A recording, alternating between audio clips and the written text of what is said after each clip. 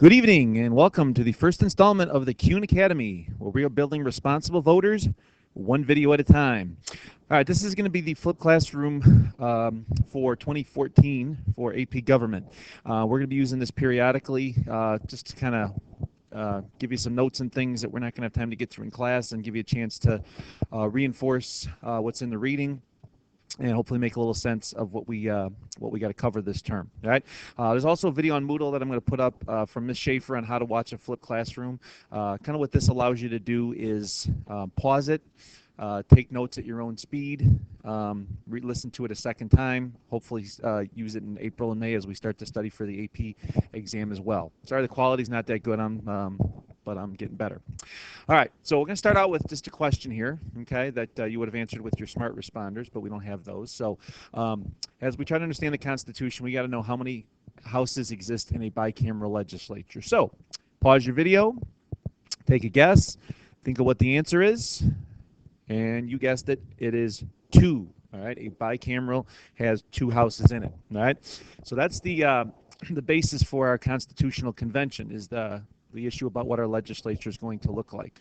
Okay, now the initial plan at the Constitutional Convention was the Virginia plan. This was what was proposed first. All right, and it is done by James Madison, even though Edmund Randolph proposed it, but Madison was very quiet, didn't like to talk. Okay, so Madison comes up with it, and obviously being from Virginia, it's going to benefit Virginia, which is a large state. All right, and he was going to split the government into 3 branches: legislative to make the laws, executive to enforce them, and judicial to interpret them. Okay, those are basics that you should know already. The Congress, which is our legislative branch, is going to have 2 houses. So this is going to be a bicameral legislature, a House of Representatives and a Senate.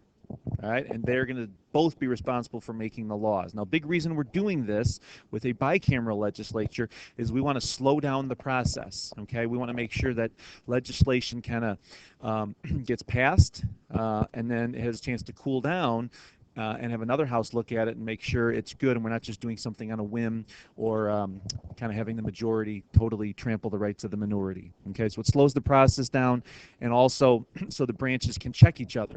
Okay, so if the House is doing too much, the Senate can check them, and vice versa. All right, both houses would have the number of representatives based on population.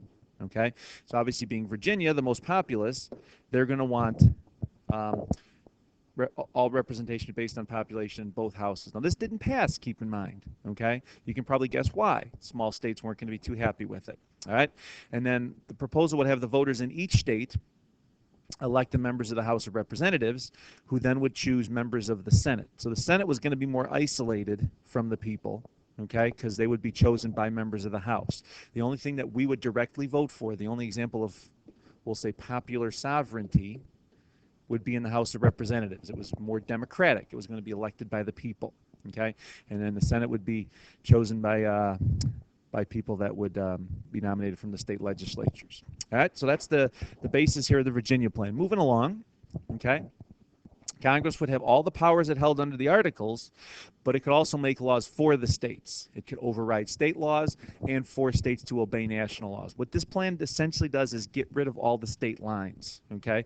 Was states are essentially going to almost be powerless under this, because the national government could override anything that they want to do. And as we saw in class, hopefully today, the Articles had a lot of squabbling between the states and things, and they wanted to eliminate that.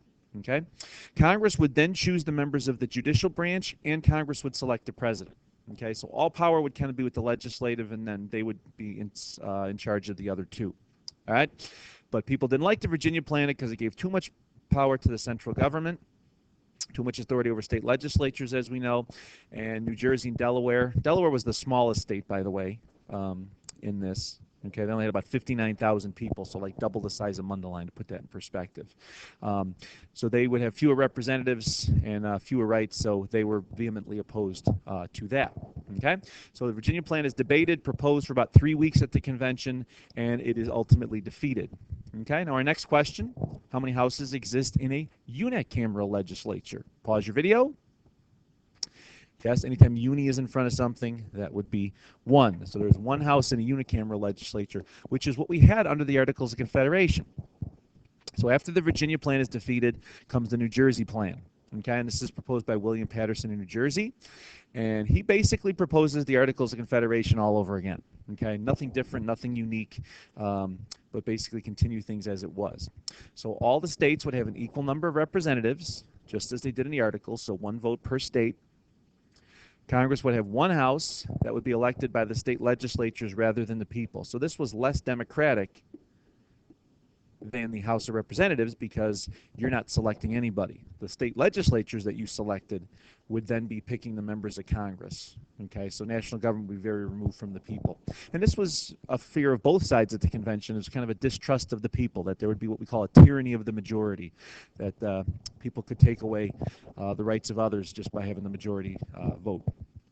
So Congress would choose several people to serve in the executive branch. It was going to be a committee of people, not just one person, not one president, but we would have several people, and they would be responsible for administering and enforcing the laws. Okay, Hamilton was vehemently opposed to that. He wanted a single executive that had more power and authority without having a bunch of people squabbling and debating.